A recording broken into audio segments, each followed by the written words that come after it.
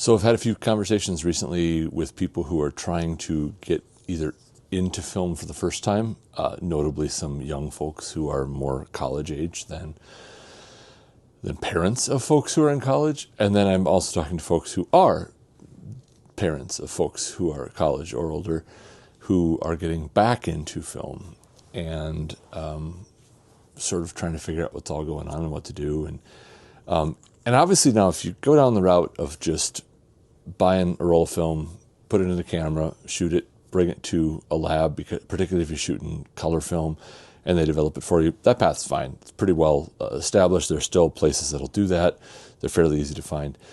But if what you want to do is a little bit more of the developing your own film yourself, those are workflows that I'm trying to document a little bit for folks, and tools and whatever, because I'm having these conversations and I want to be able to point to these videos. All right.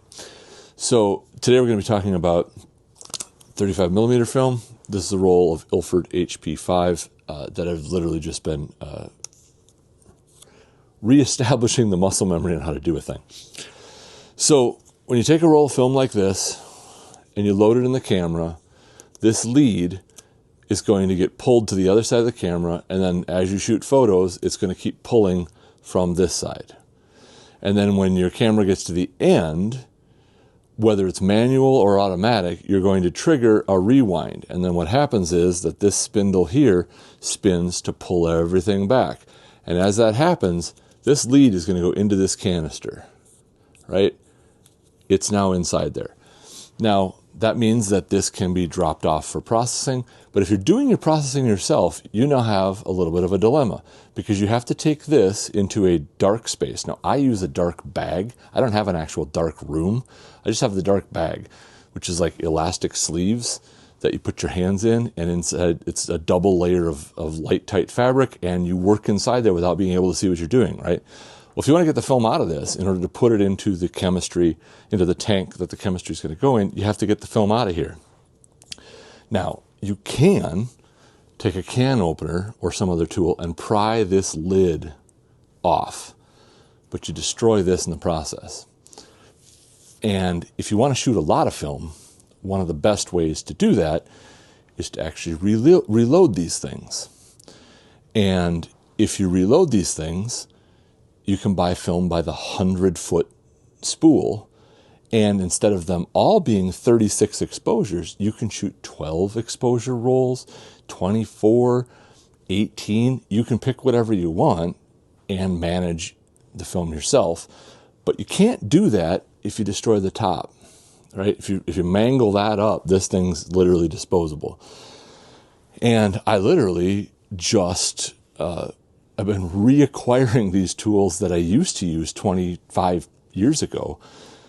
And one of them is that I'm going to be loading my own 35 millimeter film.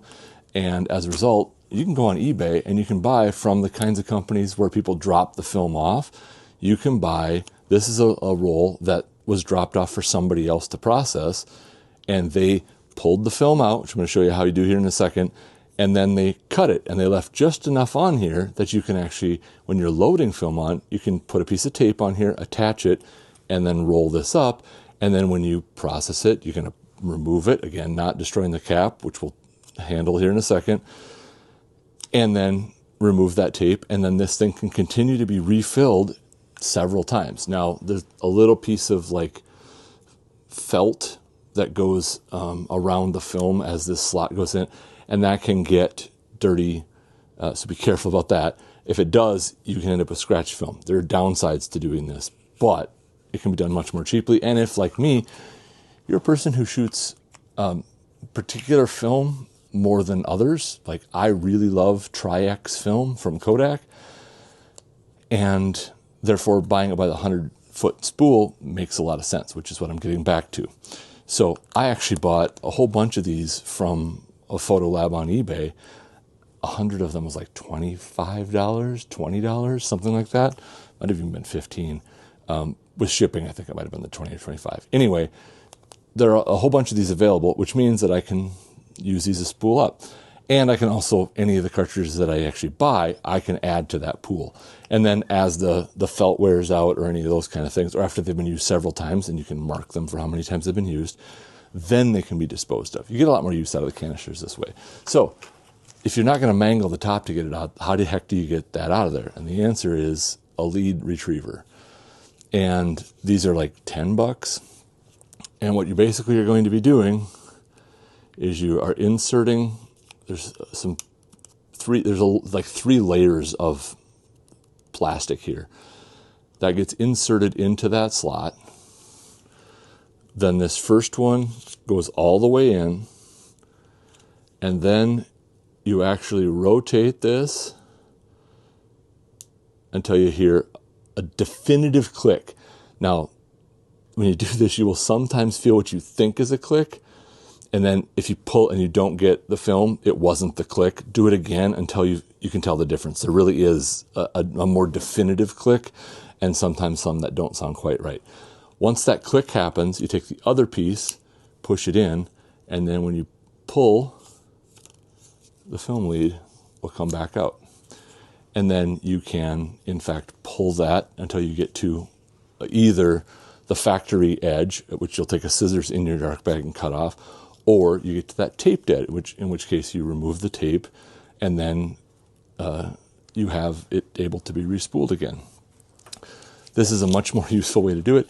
This is how those labs are able to have 100 empty canisters available for sale.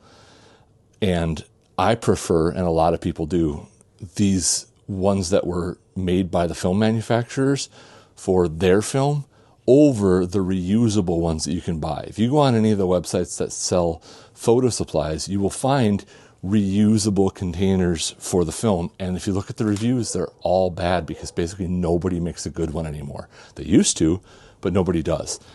But because these are very much intended to be done correctly, they're better quality than the reusable ones. And if you use the film lead retriever and don't mangle them up and do this process correctly, they can be reused and they are better than the reusable ones, which is kind of a weird paradox, but here we are.